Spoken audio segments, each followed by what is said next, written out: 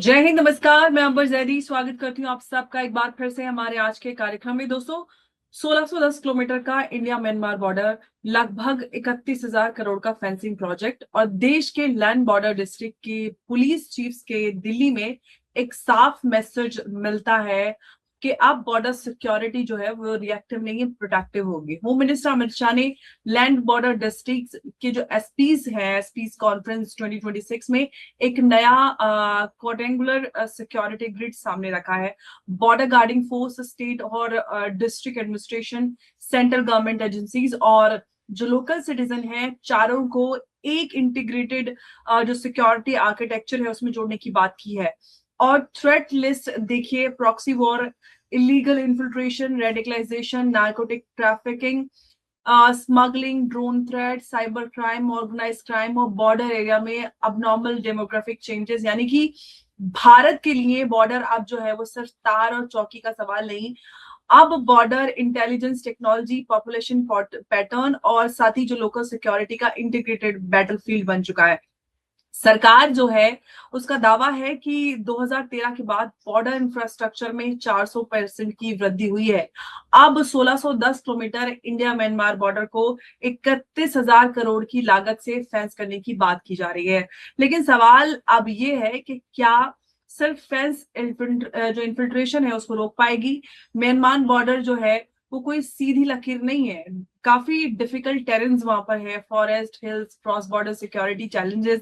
इस सब के बीच में जो फेंसिंग है उसकी इंजीनियरिंग भी काफी चैलेंजिंग होगी और जो मॉनिटरिंग भी वो भी। और तो 31,000 करोड़ का जो सवाल है वो सिर्फ कॉस्ट का नहीं, कैपेबिलिटी का है। तो क्या फेंसिंग के साथ जो सेंसर होंगे, ड्रोन्स होंगे, एआई बेस्ड सर्विलांस होगा, साथ ही जो रियल टाइम इंटेलिजेंस फ्यूजन है वो होगा, क्या पुलिस और सेंट्रल एजेंसीज एक ही ऑपरेशनल पिक्चर में देखेंगे? तो ये सारे बड़े सारे सवाल हैं कि क्या भारत अपनी बॉर्डर को सिर्फ फेंस कर रहा है या फिर एक नया टेरिटोरियल सिक्योरिटी डॉक्ट्रिन बिल्ड कर रहा है। तो आज की चर्चा शुरू करते हैं कि साथ ही पाकिस्तान और बांग्लादेश बॉर्डर के साथ साथ जो म्यांमार जो फ्रंटियर है वो भी नेशनल सिक्योरिटी का अगला फोकस बन चुका है। तो भारत के सामने जो मल्टी फ्रंट चैलेंजेस हैं उस पर भारत जिस तरह से काम कर रहा है उसको आज हम समझने की कोशिश करेंगे। दोस्तों, मैं हूं अंबर जैदी और आज हम पूछेंगे 31,000 करोड़ की दीवार भारत को सिक्योर करेगी या फिर बॉर्डर सिक्योरिटी की असली जंग इंटेलिजेंस, टेक्नोलॉजी और फिर लोकल नेटवर्क्स जीतेंगे। तो शुरू करते हैं आज की चर्चा और इस चर्चा में एक बार फिर से मेरे साथ मौजूद है उमेश अग्रवाल जी। उमेश जी, बहुत स्वागत है आपका। जय हिंद, नमस्कार। उमेश जी, आप म्यूट है, आप प्लीज खुद को अनम्यूट कर दें। जय सिया राम अंबर जी। जय श्री राम उमेश जी, बहुत धन्यवाद आपका। स्वागत है एक बार फिर से। उमेश जी, 31,000 करोड़ का प्रोजेक्ट है, जो एग्जैक्ट सिक्योरिटी डिलीवरेबल्स हैं वो क्या होंगे? सिर्फ फिजिकल फेंसिंग होगी या फिर स्मार्ट सर्वेलेंस आर्किटेक्चर यहाँ पर बिल्ड किया जा रहा है? क्योंकि काफी difficult terrains India Myanmar border पर नजर आती है, तो इतना सिंपल तो नहीं हो सकता है जी। देखिए, सबसे पहले हमें समझना पड़ेगा कि भारत का जो लैंड बॉर्डर है वो 15,000 किलोमीटर के करीब है। इसके अंदर 5 कंट्रीज के साथ हम हमारा लैंड बॉर्डर शेयर करते हैं। पहला तो है पाकिस्तान, चाइना, फिर बाद में नेपाल, बांग्लादेश, म्यांमार। अब सबसे बड़ी विडंबना की बात है जब मैं सुनता हूं कि जब होम मिनिस्टर जी बोलते हैं कि 1610 किलोमीटर अनफेंस बॉर्डर है, 80 साल तक अनफेंस बॉर्डर के साथ हम कैसे सरवाइव कर पा रहे हैं? हमने इस बात के लिए पहले क्यों नहीं सोचा? ये सबसे बड़ी विडंबना की बात है। और 31,000 करोड़ लगे हैं वो ठीक है, वो तो लगने भी चाहिए। ये काम तो 1947 में करना चाहिए था। ये 2026 में क्यों हम बात कर रहे हैं? ये सबसे बड़ा सवाल है मेरा। और एक चीज है कि उन्होंने बोला था कि भारत कोई धर्मशाला नहीं है। सही बात है ना, यहाँ का टैक्स पेयर का पैसा हम यहाँ के लोगों के लिए यूज करना चाहते हैं, तो इसमें गलत क्या बात है? और उन्होंने एक तरह से मल्टी एजेंसी यूनिफाइड कमांड की बात की है। पहले क्या होता था कि जो बॉर्डर सिक्योरिटी फोर्स जो होती थी उसी को एक तरह से जो इन्फिल्ट्रेशन है, जो इलीगल इमिग्रेशन भारत के अंदर आते हैं, उसको स्टॉप करने की सारी जो जिम्मेदारी थी वो बॉर्डर सिक्योरिटी फोर्स के ऊपर रहती थी। अब होम मिनिस्टर जी साहब ने बोल दिया है सारी जो लॉ इन्फोर्समेंट एजेंसीज है वो भी एक तरह से सब साथ में मिलके टीम वर्क में काम करेगी।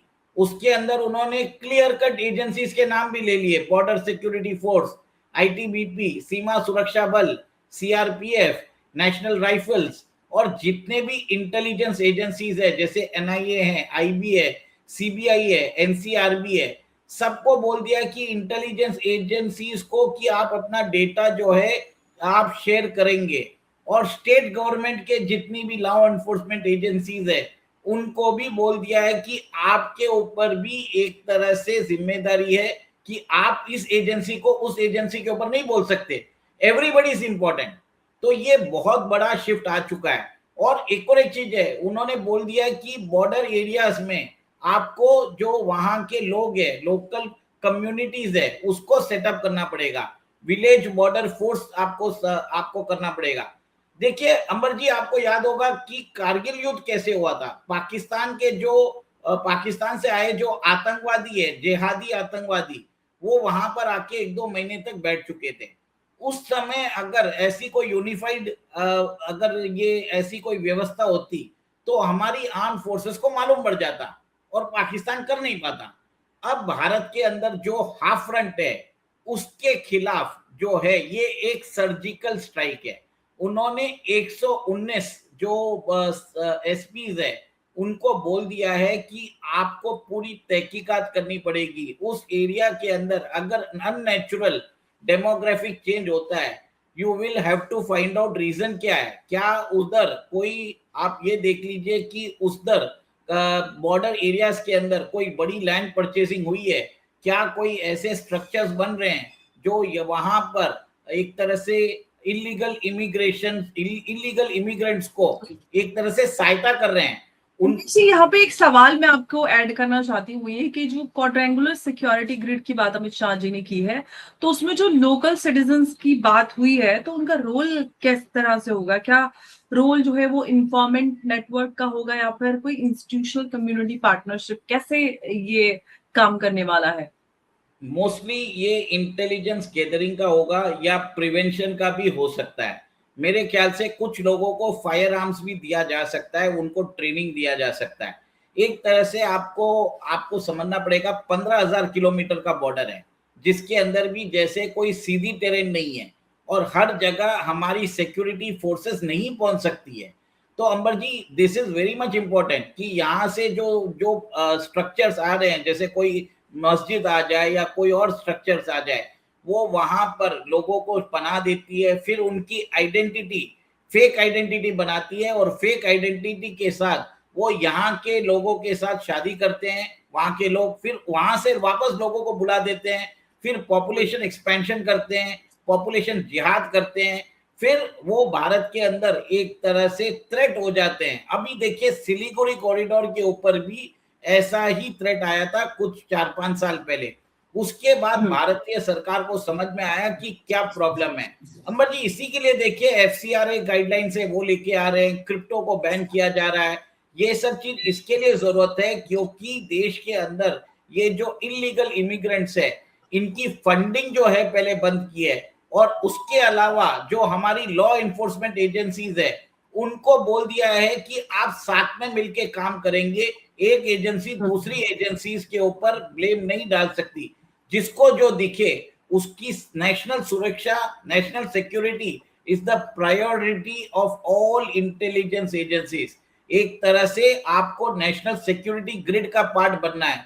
ये बहुत इंपॉर्टेंट चीज है। एक चैलेंज जो है, जो लोकल सिटीजन्स हैं उनको सिक्योरिटी ग्रिड में जो जोड़ते वक्त मिसयूज का काफी यहाँ पर चैलेंजेस रहेगा, जैसे पर्सनल राइवलरी है या फिर कोई फॉल्स रिपोर्टिंग, वो सारी चीजें कैसे रुकेंगी, ये सबसे बड़ा सवाल है। लेकिन हम अब थोड़ा सा आगे बढ़ते हैं कि जो डेमोग्राफिक चेंजेस होंगे उनको आइडेंटिफाई करने के लिए जो साइंटिफिक बेंचमार्क होगा कोई, या फिर सेंसस, बर्थ डेट डेटा और माइग्रेशन रिकॉर्ड, ये सारी चीजें इंटेलिजेंस इनपुट इस सब पर काम करेगी। क्या जो डेमोग्राफिक सर्विलांस है उसको क्लियर लीगल सेफगार्ड और ऑडिट मैकेनिज्म की जरूरत है? आपको क्या लगता है? देखिए ऑलरेडी चालू हो चुकी है। एसआईआर जो था वो पहला एक तरह से जो क्लेंजिंग था वो चालू हो चुका है। इससे आपने देखा है कि बहुत सारे स्टेट्स के अंदर 10 से 12% जो इलेक्ट्रेट थे वो एक तरह से फेक पाया गया था। उसके बाद हाँ आप जी। ये देखिए कि सेंसस जो है वो ऑलरेडी चालू है, वो भी एनुमरेशन चल रहा है। उसके अलावा भी आप देखिए कि जितने भी एआई को भी यूज किया जा रहा है कि पता लगाने के लिए कि कौन भारत का सिटीजन है, कौन भारत का नहीं है। तो बहुत सारे जो चेक्स एंड बैलेंसेस है बैठा दिए गए हैं। ऊपर से बॉर्डर को हमारा स्मार्ट बॉर्डर बनाया जाएगा, वहां पर एआई बेस्ड फेशियल रिकॉग्निशन लगाया जाएगा। जो इलीगल इमिग्रेंट्स है उनके बायोमेट्रिक्स लेके उनको वापस भेजा जा रहा है। और एक और एक चीज आप देखिए अंबर जी, इसके रिजल्ट्स ऑलरेडी आ चुके हैं। हमने देखा कि कैसे गृह मंत्री ने नक्सलिज्म जो है उसको देश से खत्म कर दिया है। और अब वो जो यहाँ पर जो ये जिहादीज जो हैं, बांग्लादेशी के जिहादीज है, उनको भी हटाने की बात कर रहे हैं। और इसके अंदर वो स्ट्रिक्ट होते जा रहे हैं और नेशनल सिक्योरिटी के लिए एक थ्रेट बता रहे हैं। This is a very important thing. यहाँ पे एक माइंडसेट चेंज आ गया है। एक तरह से देखिए बंगाल में जीतने के बाद जिस हिसाब से क्लेंजिंग हो रही है, ये बांग्लादेशी जो भारत में रह रहे हैं, भारत के अंदर आप सोचिए हमारा टैक्स पेयर का पैसा ये बांग्लादेशी यूज कर रहे हैं और उनको जी वो सारे बेनिफिट्स मिल रहे हैं और वहां पर वो पॉपुलेशन भी बढ़ा रहे हैं भारत की और भारत के अगेंस्ट काम कर रहे हैं। ये सबसे बिल्कुल। बड़ा प्रॉब्लम हो चुका है। और देखिए सेफगार्ड्स जी तो रहेंगे। अब देखिए कोई भी सिस्टम में, मैं ये नहीं बोलता हूँ कि सारे सिस्टम एक तरह से फुल प्रूफ होते हैं, पर एग्जैक्टली। भारत के अंदर आपके चैलेंजेस पास। तो हमेशा बनी रहेंगे, लेकिन म्यांमार को लेकर एक सवाल और मैं आपसे पूछना चाहती हूँ कि जिस तरह से हम देख रहे हैं कि म्यांमार की कंटिन्यू जो इंस्टेबिलिटी है, उस सब के बीच में फिजिकल फेंसिंग क्या सफिशिएंट होगी? ये बहुत बड़ा सवाल है। देखिए म्यांमार क्यों इंपॉर्टेंट हुआ, सबसे पहले आपको समझने की बात है, क्योंकि अभी जो तारिक रहमान गए थे वहां पर China Myanmar Bangladesh economic corridor बना रहा है। और इससे आप देखिए कि चाइना म्यांमार बांग्लादेश के बीच में ट्रांजिट जो है, जो वहां पे जो टाइम टेकन है वो बहुत कम हो जाएगा। एक तरह से ये जो इकोनॉमिक कॉरिडोर है भारत के लिए बहुत बड़ा सिक्योरिटी थ्रेट है। सिक्योरिटी थ्रेट कैसे है? जब लोग आ जा सकते हैं, बरोबर आपका वहां पर हो जाता है, तो वहां से भारत के बॉर्डर के अंदर आप इमीडिएटली स्निक इन भी कर सकते हो, बाहर भी निकल सकते हो। इसके लिए अब फेंसिंग करना जरूरी है और साथ में स्मार्ट बॉर्डर की बात की है। स्मार्ट बॉर्डर के अंदर वहां पर इलेक्ट्रिफिकेशन भी शायद किया जाएगा, बहुत जगह तो ड्रोन्स यूज किया जाएगा और एक तरह से कांस्टेंट सर्वेलेंस करना पड़ेगा। देखिए ये एक तरह से जो अमित शाह जी कर रहे हैं, एक multi layered multi agency framework बना रहे हैं, एक आर्किटेक्चर बना रहे हैं जिसमें आप ये देखेंगे कोऑर्डिनेटेड तरीके से काम होगा। और अंबर जी इसी के अंदर आप बोलते हो ना कि सिस्टम कैसे दुरुस्त चलेगा, जब मल्टी एजेंसी होती है और मल्टी एजेंसी और मल्टी लेयर्ड सिक्योरिटी आर्किटेक्चर होता है, तो कोई भी उस सिस्टम को एक तरह से कॉम्प्रोमाइज नहीं कर सकता। आप कितनी एजेंसीज को साथ में करोगे? जैसे मैंने आपको बता दिया था, आईटीबीपी है, बीएसएफ है, सीआरपीएफ है, एसएसबी है, आसाम राइफल्स है, ये सब एग्जीक्यूशन एजेंसीज है, एनआईए है, आईबी है, फिर बाद में एनसीआरबी है, ये इंटेलिजेंस कलेक्शन एजेंसीज है। एक तरह से आप ये देखिए कि ये कॉम्प्रोमाइज नहीं हो सकता। तो सारे सेफगार्ड्स भी एक तरह से लगा के रखे हैं और सब सिस्टम में होने वाला है। और आपको ये भी लेकिन बता मुझे एक सबसे बड़ा सवाल इस सब को लेकर ये है कि हमने पास्ट में देखा है कि सिस्टम कॉम्प्रोमाइज रहा है, जिसकी वजह से इन्फिल्ट्रेशन हमारे ऑफ कोर्स चीज में पूरे हमने बॉर्डरिंग जो स्टेट्स है उसमें देखा है। तो क्या आपको लगता है जो करप्शन रहा है अब तक, करप्शन बॉर्डर सिक्योरिटी की सबसे अनकंफर्टेबल वल्नरेबिलिटी है? क्योंकि फैंस स्ट्रांग हो और चेक पॉइंट कॉम्प्रोमाइज हो तो क्या होगा फिर? देखिए डेफिनेटली हुआ था, मैं ये नहीं बोलूंगा कि नहीं हुआ था, क्योंकि आप देखिए इलीगल कैटल स्मगलिंग होता था, वहां से लोग आते थे, यहाँ पर फेक आइडेंटिटी कार्ड्स बना देते थे, फिर सेंट्रल गवर्नमेंट स्कीम से एक तरह से पैसे भी लेते थे। तो ये सब एक पूरा रैकेट की तरफ चल रहा था। उस समय बंगाल के अंदर किसकी सरकार थी वो देखिए, अब चेंजेस क्यों आ रहे हैं वो देखिए। आपको ये भी ध्यान होगा कि बहुत सारी स्कीम्स जो थी, जो सेंट्रल गवर्नमेंट करती थी बंगाल के लिए, वो इम्प्लीमेंट नहीं होती थी। सेंट्रल गवर्नमेंट आग्रह करती थी कि आप लैंड दीजिए, हमको फेंसिंग करना है, तो मालदा और मुर्शिदाबाद के अंदर वो लैंड भी नहीं दिया जाते थे। वहां पर अमरजीत 7-8 साल पहले लाइव जो बॉम्ब बनाने की फैक्ट्री है वो पाए गए। आप ये देखिए, इलीगल इमिग्रेशन है, स्मगलिंग है, रेडिकलाइजेशन है, एक तरह से इलीगल मॉस्क बन रहे हैं, ये सब एक तरह से हमारी बॉर्डर सिक्योरिटी को कॉम्प्रोमाइज करते थे। क्रॉस बॉर्डर इन्फिल्ट्रेशन नेटवर्क बना के रखे थे, टनल्स बना के रखे थे, मतलब आप बांग्लादेश में घुसोगे और आप सीधा इंडिया में निकल सकते हो, वैसे लंबे लंबे टनल्स बनाए जा सकते थे। तो क्या ये इतना बड़ा जो क्रॉस बॉर्डर इन्फिल्ट्रेशन नेटवर्क है, बिना हमारे सिक्योरिटी एजेंसीज जो उस समय इन्वॉल्व थे उसके नॉलेज में नहीं था? पक्का होने वाली बात है। और अभी जो है, अभी मल्टी एजेंसी इसके लिए कर दिया है कि कोई भी एजेंसी के ऑफिशियल जो है वो उसको भी डर लगेगा, वो भी अभी अपना काम करेगा, आपको जवाबदेही रखनी पड़ेगी। पहले तो एक एजेंसी बोलती थी कि ये हमारे परव्यू में नहीं है, हम इसका क्या करें, तो ऐसे ही ढिलाई चलती थी। अब तो इंटेलिजेंस जो है वो शेयर हो रहा है, एग्जीक्यूशन के लिए सबको बोल दिया कि टीम वर्क में करना पड़ेगा, आप आइसोलेशन में नहीं हो, आप साथ में मिलके काम करना है। कॉम्प्रिहेंसिव एक तरह से सिक्योरिटी इंटरनल आर्किटेक्चर तैयार कर दिया है, और ये बहुत बड़ा रिफॉर्म है अंबर जी। जैसे नेक्सलिज्म को इन्होंने खत्म किया है, वैसे ही ये क्रॉस बॉर्डर इन्फिल्ट्रेशन है और इलीगल माइग्रेंट्स है और ये रेडिकलाइजेशन है, और जितने भी ये जो काम होते हैं, नारकोटिक्स, ह्यूमन ट्रैफिकिंग और जितने भी इलीगल काम चल रहे हैं, वो सबको एड्रेस करेगा। और भारतीयों के टैक्स पेयर का पैसा भारतीयों के लिए यूज होगा। मैं नहीं चाहता मेरा टैक्स पेयर का पैसा जो है किसी बांग्लादेशी या किसी रोहिंग्यास के लिए जाए, हमारे देश के लोगों के लिए है। ये बहुत इंपॉर्टेंट है। बिल्कुल। उमेश जी, आपको क्या लगता है कि भारत को बॉर्डर सिक्योरिटी परफॉर्मेंस इंडेक्स जैसा कोई डिस्ट्रिक्ट वाइज कोई मेजरेबल सिस्टम बनाना चाहिए जहां पर ये सारी चीजों को मॉनिटर किया जा सके? अंबर जी, पूरा एक नेशनल ग्रिड बन गया है, नेट ग्रिड, उसके अंदर ऑलरेडी सारी इंफॉर्मेशन भर रही हैं। अभी गवर्नमेंट ने क्या किया, पहले सब जगह से डेटा कलेक्ट किया। देखिए, आधार भी इसी के लिए बनाया गया। आधार के अंदर आपको एवरी 2 इयर्स या 3 इयर्स वापस उसको आपको अपने फिंगरप्रिंट्स देने पड़ते हैं। कंटिन्यूसली डेटा जो है बहुत सालों तक लिया है। आप झूठ एक वक्त बोल सकते हो, ठीक है, कितनी बार झूठ को याद रखना भी मुश्किल होता है। साइकोलॉजिकली बता देता हूँ, सच तो आपको अगर आप नींद में भी पूछोगे तो भी आप सच बता दोगे। अब लोगों को जो झूठ जो है उनको याद रहता नहीं है। अब गवर्नमेंट को समझ में आ गया कि कहीं ना कहीं तो मिस्टेक करोगे। तो ये एआई बेस्ड जो डेटा जो उन्होंने कलेक्ट किया है, पहले तो डेटा जो कलेक्ट किया है उसके ऊपर एआई का यूज किया जा रहा है। उसके पीछे आप देखिए एसआईआर, सेंसस और फिर बाद में फिजिकल वेरिफिकेशन सब चलती जा रही है।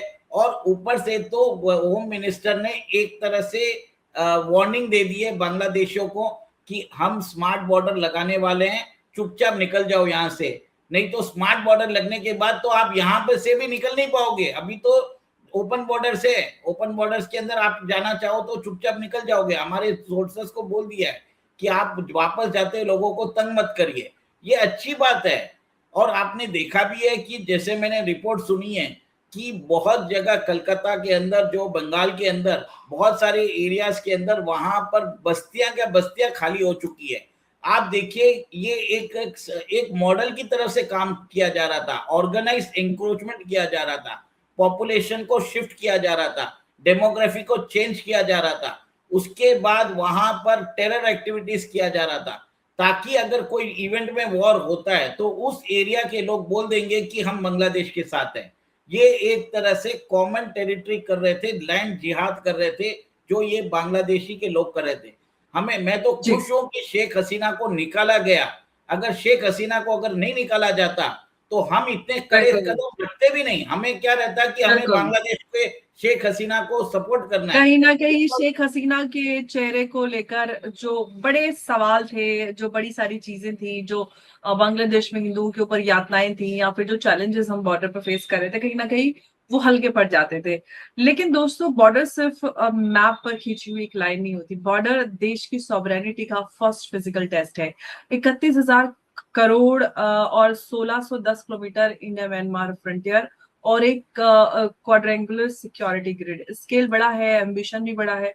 गवर्नमेंट का ऑब्जेक्टिव क्लियर है, प्रॉक्सी वॉर से लेकर इन्फिल्ट्रेशन, नारकोटिक्स, ड्रोन्स और ऑर्गेनाइज क्राइम तक बॉर्डर थ्रेट्स को प्रोएक्टिव फ्रेमवर्क में टैकल करना। लेकिन हिस्ट्री एक बात सिखाती है, दीवार उतनी ही पावरफुल होती है जितना पावरफुल उसके पीछे का सिस्टम। फेंसिंग लग सकती है, लेकिन अगर इंटेलिजेंस लेट हो तो इन्फिल्ट्रेशन हो सकती है, कैमरा लग सकता है, लेकिन रिस्पॉन्स लो हो तो स्मगलर जो है वो निकल सकता है, डेटा कलेक्शन जो वो है वो भी हो सकता है, लेकिन एनालिसिस वीक है तो थ्रेट पहचाना नहीं जाएगा।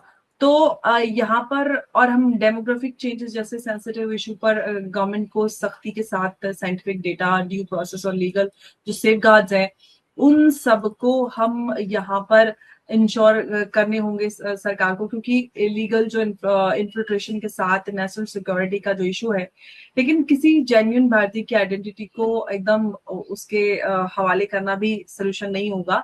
और ऑफ कोर्स ये सारी चीजें भारत जो है वो इंश्योर करेगा। भारत को सिक्योर बॉर्डर चाहिए, प्रोस्पेरस बॉर्डर विलेजेस चाहिए, विजिलेंट सोसाइटी चाहिए। अमित शाह ने ये 3 प्रायोरिटी सामने रखी हैं। अब असली टेस्ट इम्प्लीमेंटेशन का होगा।